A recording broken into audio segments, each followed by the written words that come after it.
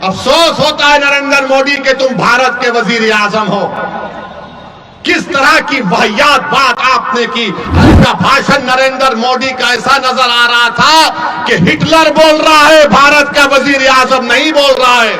नरेंद्र मोदी तुम दुनिया के सबसे बड़े झूठे हो। नरेंद्र मोदी आप प्रधानमंत्री हैं, इस देश के प्रधानमंत्री आपको जेब नहीं देता कि आप भारत की इतनी बड़ी आबादी के ताल्लुक से इस तरह की बकवास करें।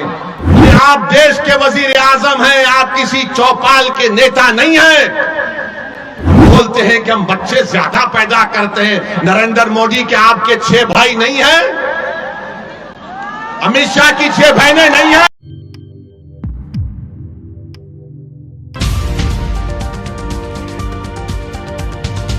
नरेंद्र मोदी का भाषण सुना और भाषण में नरेंद्र मोदी ने धमकी दी भारत के मुसलमानों को। क्या कहा भारत के प्रधानमंत्री ने कि हम बच्चे ज्यादा पैदा करते हैं, हम घुसपैठी हैं। नरेंद्र मोदी ने कहा कि दौलत लेकर हमको बांट दी जाएगी। मोदी ने कहा हमारी हिंदू बहनों को मोदी ने झूठ कहा कि तुम्हारा मंगलसूत्र छीन लिया जाएगा। नरेंद्र मोदी तुम दुनिया के सबसे बड़े झूठे हो। तुम जब चीफ मिनिस्टर थे गुजरात के तो बिल्किस बानो की असमत रेजी किसने की? नरेंद्र मोदी बताओ। हमारी बेटी बिल्किस बानो हामिला है, 3 साल की बेटी उसके साथ है, उसकी मां है, रिश्तेदार है। घर के पड़ोसियों ने बिल्किस बानो की इज्जत लूटी। बिल्किस बानो अपने घर के पड़ोस में जो दुकान थी, उस दुकान से बिल्किस बानो ने चूड़ियां खरीदी। जिसने हमारी बेटी को चूड़ियां बेचा उसने बिल्किस बानो की असमत रेजी की। 3 साल की बेटी को कत्ल कर दिया। अरे नरेंद्र मोदी बताओ किसकी दौलत लूटी गई? मेरी बेटी की, मेरी बहन की दौलत लूटी गई थी। आप मुख्यमंत्री थे, उसको इंसाफ गुजरात में नहीं महाराष्ट्र में मिला। जेल को गए ये जालिम लोग और नरेंद्र मोदी की सरकार ने उनको रिमिशन पर छोड़ दिया। बताओ नरेंद्र मोदी किसकी दौलत छीनी गई थी? किसकी दौलत छीनी गई थी? एहसान जाफरी को जिंदा काट कर जला दिया गया। नरेंद्र मोदी आप भूल गए, यही एहसान जाफरी ने आपको कई फोन किए थे, साबिका रुकने पार्लिमान, मगर एहसान जाफरी को जिंदा जला दिया गया। आज भी उसकी बेवा जकिया जाफरी इंसाफ के लिए पुकारती है, कोई पूछने वाला नहीं है। भारत के वजीर आजम 133 करोड़ जनता के वजीर आजम जो कहते हैं, झूठ कहते हैं सबका साथ सबका विकास, मगर कल का भाषण नरेंद्र मोदी का ऐसा नजर आ रहा था कि हिटलर बोल रहा है, भारत का वजीर आजम नहीं बोल रहा है। और आपको याद दिला रहा हूं, मैंने पार्लियामेंट में फरवरी में जो पार्लियामेंट का सेशन हुआ था, मेरी तकरीर को उठाकर देख लो। मैंने अपनी तकरीर में कहा था कि आज भारत का मुसलमान 1930 के यहूदियों की तरह जर्मनी में जो यहूदी थे अपने आप को समझता है।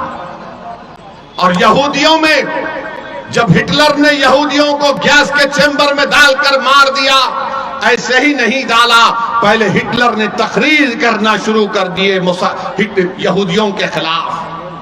यही तरह इस तरह तकरीर कर रहे नरेंद्र मोदी। नरेंद्र मोदी आप प्रधानमंत्री हैं, इस देश के प्रधानमंत्री आपको जेब नहीं देता कि आप भारत की इतनी बड़ी आबादी के ताल्लुक से इस तरह की बकवास करें। किसकी दौलत लूटी हमारे? बताओ मेरे भाई, हकीकत बता रहा हूं तुमको, भारत के मुसलमानों की सुनो, जिसको अंग्रेजी में एक लफ्ज है इंटरजेनरेशनल मोबिलिटी कहते हैं। अगर मेरा दादा 100 रुपये कमा रहा था तो उसका पोता 110 रुपये कमाना चाहिए। हमारे हिंदू भाइयों के पोते अपने दादा से बढ़कर कमा रहे हैं। यादवों के बेटा बेटी अपने दादा से बढ़कर कमा रहे हैं। ठाकुरों के, राजपूतों के, भूमिहार के, आदिवासियों के, हर समाज के, सिखों के, ईसाइयों के पोते अपने दादा से बढ़कर कमा रहे। अगर कोई अपने दादा से कम पैसे कमा रहा है तो मुसलमान है वो। और नरेंद्र मोदी बोलते हैं कि दौलत हमको दी जाएगी। कितना झूठ कह रहा है भारत का प्रधानमंत्री रहकर इस तरह की बात वजीर आजम करते हैं। अरे आप देश के वजीर आजम हैं, आप किसी चौपाल के नेता नहीं हैं। आप सबके वजीर आजम की बात करना चाहिए था। और बोलते हैं कि हम बच्चे ज्यादा पैदा करते हैं। नरेंद्र मोदी के आपके 6 भाई नहीं हैं? अमित शाह की 6 बहनें नहीं हैं? क्या रविशंकर प्रसाद की 7 भाई बहन नहीं है? मगर दिखता कौन? मुसलमान ज्यादा बच्चे पैदा कर रहे हैं। अरे झूठ बोल रहे हो तुम।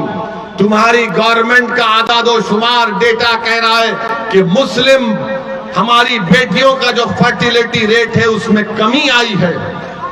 मगर ये पुरानी आदत, ये बच्चे पैदा कर रहे हैं, ये बच्चे पैदा कर रहे हैं। नरेंद्र मोदी जी क्यों इतना झूठ बोलते? आदादोशुमार तो देख लो तुम्हारी। और मुसलमानों को घुसपैठी कहते हैं, घुसपैठी कहते हैं। पार्लियामेंट में 10 मरतबा 10 साल में सवालात पूछे गए, बताओ कितने घुसपैठी भारत में आए? मोदी की सरकार के पास कोई जवाब नहीं था, कोई जवाब नहीं है। 10 मरतबा पूछा गया और बोलते हैं घुसपैठी आए। अरे कहां से आ रहे घुसपैठी? अरे घुसपैठी आ रहे तो मोदी तुम क्या चाय पीकर सो रहे थे? रोकना था उनको। नरेंद्र मोदी जी सुनो, घुसपैठी कहां पर है मैं तुमको बताता हूं। लद्दाख में 2000 स्क्वायर किलोमीटर पर चाइना की फौज भारत की जमीन पर कब्जा करके बैठी है। अरे मोदी तुम में दम है तो बोलो चाइना के खिलाफ। तुम कमजोरों को बदनाम करते हो, मुसलमानों को घुसपैठी कहते हो। अरे मोदी अगर ताकत है तो बोलो चीन कब्जा करके बैठा है। नहीं बोलेंगे चीन के खिलाफ, चाइना के खिलाफ बोलेंगे तो इनके पेट में दर्द शुरू हो जाएगा। मगर एक भारत का प्रधानमंत्री रहकर सबसे बड़ी अक़लियत को रुस्वा करने के लिए इस तरह का भाषण देते हैं। अफसोस होता है नरेंद्र मोदी के तुम भारत के वजीर आजम हो। किस तरह की वाहियात बात आपने की। अरे तुम्हारा झगड़ा किसी पार्टी से झगड़ा करो, मुखालिफत करो, मगर तुम भारत के वजीर आजम हो जिसमें 17 करोड़ मुसलमान हैं। इस तरह हमको जलील और रुस्वा करेंगे कि बच्चे पैदा करते हैं। अच्छा आपको बता रहा हूं, हायर एजुकेशन में, आला तालीम में 1,80,000 मुसलमान गायब है, नहीं है। कहां चले गए मोदी? ये क्यों मुसलमान हायर एजुकेशन से चले गए? बताओ, नहीं बता पाएंगे। तुमने स्कॉलरशिप के पैसे खत्म किए, क्यों खत्म किए? हज की सब्सिडी थी, तुमने निकाला, अच्छा किया, मगर उसके पैसे हमारी बच्चियों की तालीम को देना था, नहीं देते। आपको मालूम दिल्ली में एक सुनहरी बाग की मस्जिद है, 200 साल पुरानी मस्जिद है। और जब कभी प्रधानमंत्री की गाड़ी जाती है उस रास्ते से, अगर जोहर का वक्त होगा तो उस वक्त जोहर की नमाज उस मस्जिद में नहीं होती। और मोदी कहते हैं कि हम बच्चे पैदा कर रहे हैं, हिंदू बहनों का मंगलसूत्र लूटकर मुसलमानों को दिया जाएगा, हम घुसपैठी हैं। मोदी जी सिखा नहीं तुमने 6 दिसंबर से कुछ, मगर बदनाम किया जा रहा। और याद रखो, नरेंद्र मोदी जानते हैं सियासत को, इसीलिए बोल रहे हैं। अब आप और हम क्या करेंगे? क्या ओवैसी एक जज्बाती तकरीर करेगा और तुम जिंदाबाद नारे तकबीर के नारे मारकर घर जाकर सो जाओगे? नहीं। मैं आपसे इसलिए कह रहा हूं कि अब तब्दीली लाओ मेरे भाई, जागो मेरे भाई, उठो। ये वक्त उठकर अपने हक के लिए लड़ने का है। तुम ये समझे कि तुम्हारी लड़ाई यादव लड़ेंगे, तुम्हारी लड़ाई नीतीश कुमार लड़ेगा। अरे तुम्हारी लड़ाई कोई नहीं लड़ेगा। तुमसे सिर्फ वोट लिया और सत्ता में आ गए। अगर घर किसका जला तो मेरा जला। बेटा किसी का मरा तो मेरा बेटा मरा, किसी की बेटी की अस्मत लूटी गई तो मेरी बेटी की अस्मत लूटी गई, किसी इबादतगाह को तोड़ा गया तो मेरी इबादतगाह को तोड़ा गया। अरे मुझे बेबस कर दिया गया, ये तो अपने इख्तिदार के महलों में आराम से सो रहे। बताओ तुमने क्या हासिल किया, तुमने क्या हासिल किया? सोचो मेरी इस बात को। ये वक्त उठने का है, याद रखो। अगर आज आप नहीं उठेंगे, मैं सिर्फ सोनता की सरजमीन पर आज हजारों की तादाद में आप खड़े उनसे मुखातिब नहीं हो, बल्कि जहां कहीं भी अल्लाह अपने फजल करम से मेरी आवाज को पहुंचाएगा, मैं उनसे कह रहा हूं उठो। मैं मर जाऊंगा, मैं मरने को तैयार हूं, मगर बताओ इन बच्चों का क्या होगा जो आज उम्मीद लगाकर बैठे कि कल मुस्तकबिल हमारा होगा। मैं बार बार कह रहा हूं, इसीलिए बदनाम हो जाता हूं। लोग मेरी जबान से निकले अल्फाज को समझते हैं कि मैं नफरत को फैला रहा हूं। मैं किसी मजहब के खिलाफ ना था, ना कभी रहूंगा।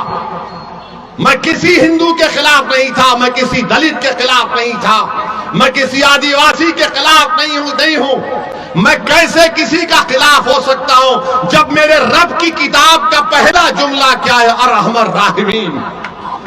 मैं कैसे किसी का खिलाफ हो सकता हूं? यकीनन मैं एक मुसलमान हूं, मैं किसी का खिलाफ नहीं हूं। मैं अपनी हक की बात कर रहा हूं, मैं अपनी आवाज को पैदा करने की बात कर रहा हूं। फिलहाल इन तस्वीरों में इतना ही दोस्तों, आगे फिर मुलाकात होगी आपसे किसी ऐसी खबर के साथ। तब तक के लिए जय हिंद, धन्यवाद।